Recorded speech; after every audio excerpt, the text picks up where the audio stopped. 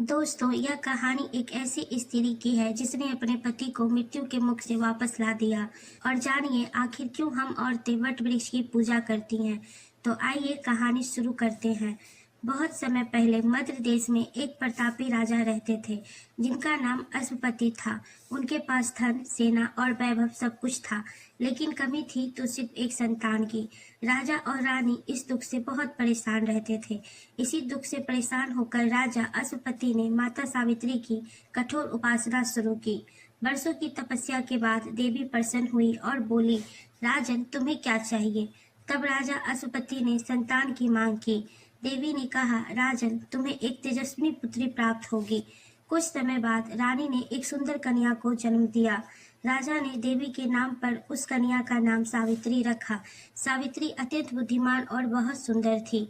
जब सावित्री के विवाह का समय आया तब राजा ने उसे स्वयं अपने योग्य वर चुनने को कहा। इस बात से प्रसन्न होकर सावित्री अपने वर की तलाश में पूरे राज्य में घूमी, लेकिन उसे अपने योग्य वर कहीं नहीं मिला। और अंत में एक वनवासी राजकुमार को देखकर उसका मन मोहित हो गया। उस वनवासी का नाम सत्यवान था। सत्यवान बहुत धर्मात्मा, वीर और दयालु था। लेकिन जब सावित्री ने अपने पिता को यह बात बताई तभी महर्षि नारद वहां आ पहुंचे और उन्होंने ध्यान लगाकर कहा, सत्यवान गुणवान है, लेकिन उसकी आयु बहुत कम है। विवाह के ठीक 1 वर्ष बाद उसकी मृत्यु हो जाएगी। यह सुनकर राजा अश्वपति घबरा गए और उन्होंने सावित्री को समझाया और कहा, पुत्री, किसी और को चुन लो। लेकिन सावित्री ने शांत स्वर में कहा, एक बार जिसे पति मान लिया उसे मैं जीवन भर नहीं बदल सकती। और सावित्री ने सत्यवान से विवाह कर लिया। विवाह के बाद सावित्री राजमहल छोड़कर जंगल में रहने लगी। वह अपने सास ससुर की सेवा करती और सत्यवान के साथ साधारण जीवन बिताती, लेकिन उसके मन में नारद की बात हमेशा रहती। धीरे धीरे वह समय भी नजदीक आने लगा जिस दिन सत्यवान की मृत्यु निश्चित थी। उससे 3 दिन पहले सावित्री ने कठोर व्रत शुरू किया। उसने जल और भोजन दोनों का त्याग कर दिया। वह पूरी रात भूखे प्यासे भगवान की आराधना करती रही। उसकी आंखों में डर था, लेकिन विश्वास उससे भी कहीं बड़ा था। सत्यवान अपनी आखिरी दिन जंगल में लकड़ी काटने गया। सावित्री भी उसके साथ गई। कुछ देर बाद सत्यवान को अचानक चक्कर आने लगा। उसने सावित्री से कहा, सावित्री, मेरा सिर भारी हो रहा है। यह सुनकर सावित्री ने उसे तुरंत अपनी गोद में लिटा लिया। तभी अचानक वातावरण बदल गया और चारों ओर अजीब सन्नाटा छा गया। और तभी मृत्यु के देवता यमराज प्रकट हुए।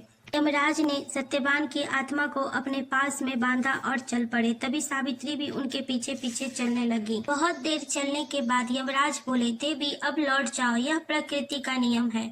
सावित्री बोली, जहाँ मेरे पति जाएंगे वहाँ तक मैं भी जाऊंगी।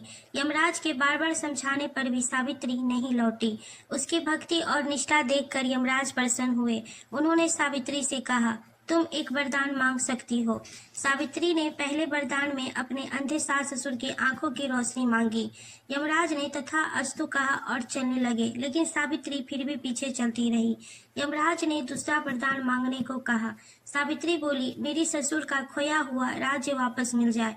यमराज ने तथा अस्तु कहा और आगे को चल पड़े, लेकिन सावित्री अब भी नहीं रुकी। तब यमराज ने तीसरा वरदान देने को कहा। सावित्री बोली, मुझे 100 पुत्रों की माता बनने का आशीर्वाद दें। यमराज बिना सोचे समझे तथा अस्तु कह दिए। सावित्री मुस्कुराई और बोली, प्रभु, बिना पति के मैं माता कैसे बन सकती हूँ। यमराज समझ गए कि सावित्री ने अपनी बुद्धि और पतिव्रता धर्म से उन्हें पराजित कर दिया है। यमराज अत्यंत प्रसन्न हुए। उन्होंने कहा, सावित्री, आज तुम्हारी भक्ति ने मृत्यु को भी हरा दिया और उन्होंने सत्यवान को पुनः जीवित कर दिया। कुछ ही क्षणों में सत्यवान उठ बैठे, मानो कुछ हुआ ही ना हो। कहा जाता है, जिस बरगद के पेड़ के नीचे सावित्री ने तपस्या की थी, उसी कारण वट वृक्ष को अमरता का प्रतीक माना जाता है। बरगद का पेड़ लंबी आयु और अखंड सौभाग्य का प्रतीक है। इसलिए विवाहित महिला वट सावित्री व्रत रखती हैं और बरगद के पेड़ों की पूजा करती हैं। दोस्तों, सावित्री की कथा हमें सिखाती है कि सच्चा प्रेम केवल साथ निभाना नहीं, बल्कि हर कठिनाई में अडिग रहना होता है। अगर आपको ये कहानी पसंद आई तो लाइक, शेयर, सब्सक्राइब जरूर करें।